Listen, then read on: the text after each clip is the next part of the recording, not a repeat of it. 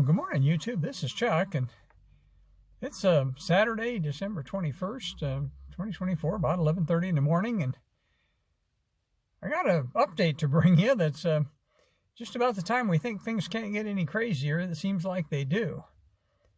Now, yesterday evening, I put up a video about some experiences that I had here and some experiences that my friend up in Utah had.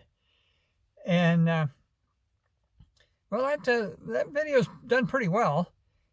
And last night, both of us had some pretty strange experiences. And I'm going to tell you about mine first. And I think the best way to do that is to actually show you and tell you about it exactly where it happened. So I'm going to do that right here.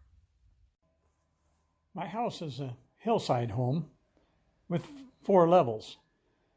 Now we're standing on the main level where the kitchen, dining area, and living room is. When you go up these 4 stairs, you go to what we call the downstairs bath. Now, last evening, my wife had already gone upstairs, and at about 8:30 or so, I needed to use the restroom. I came up to the restroom here and did what I needed to do. And as I came out, I opened the door with my left hand while reaching over to turn off the light with my right hand, which is what I normally do. As I did that, right in front of me, right in this little hallway, there was a small being that reached up to about my waist. Now, it startled me when I saw him, and just out of reflex, I dodged to my left so that I wouldn't run into him. He was literally within a foot of me. As I did that, he vanished, just absolutely vanished. I missed the light switch. So I stopped, I stepped back, I turned off the light, and then I walked right through where he had been standing, and I came down these 4 steps to right about where I'm standing right now. And I stopped and I thought, did I just see what I thought I saw? And it just froze. What I remember seeing was, like I say, he was about waist high to me. It'd be about 3 foot tall. He had kind of a medium brown hair. He never looked up at me. And but from what I could see in that brief glimpse, he had looked like he had kind of human-like facial features. I didn't tell real well. And like I say, he never looked up at me. It was only a very, very split second, but I practically ran into him, and then he was gone. Well, I just about stood down here, and I was about ready to write it off as my imagination. And so I called out, I said, I saw you. Who are you? And when I did that, I got zapped. That confirmed to me that, yeah, there was actually something going on there. I did not imagine that. It was a pretty solid zap. It wasn't a power zap by any means, but it was kind of like a cattle prod turned on low. And I just stood here for a second trying to soak it all in, and then I went back and sat down in my chair.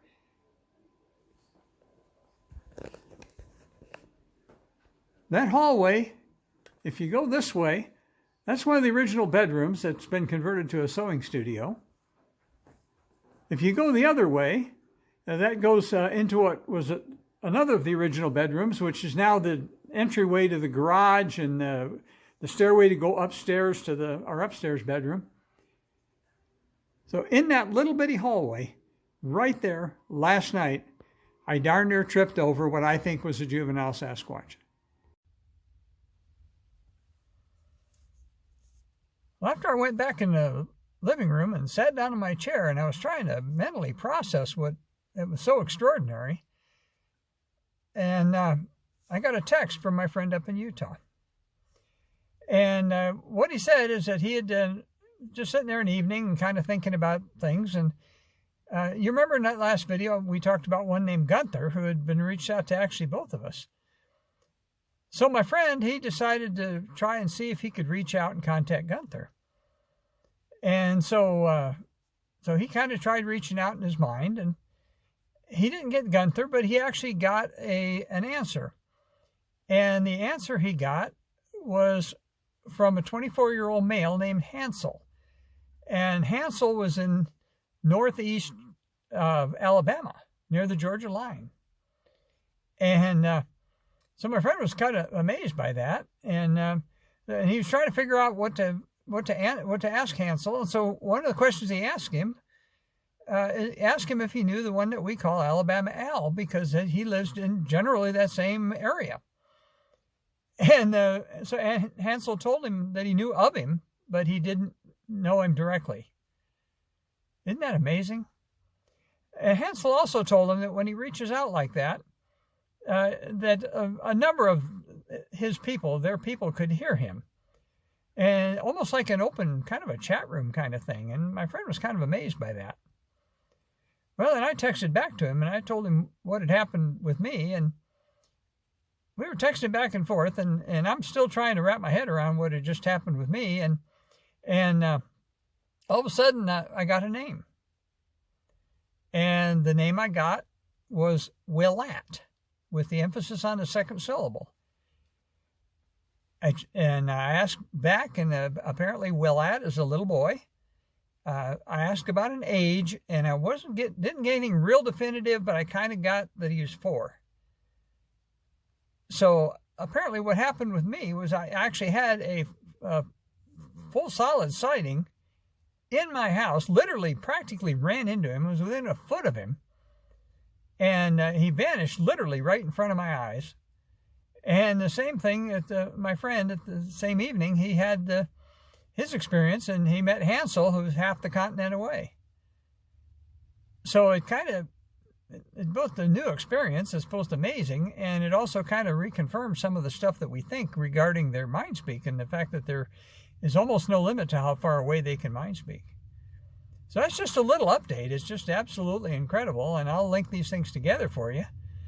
But for right now, let me just tell you, as I always do, take care of each other, love each other. There's a lot of things we don't understand in this world, and I'll bring you another one on another subject here pretty quick. But the crazy train just keeps on a-chugging, and it just keeps getting weirder. So we'll talk to you later. Peace out.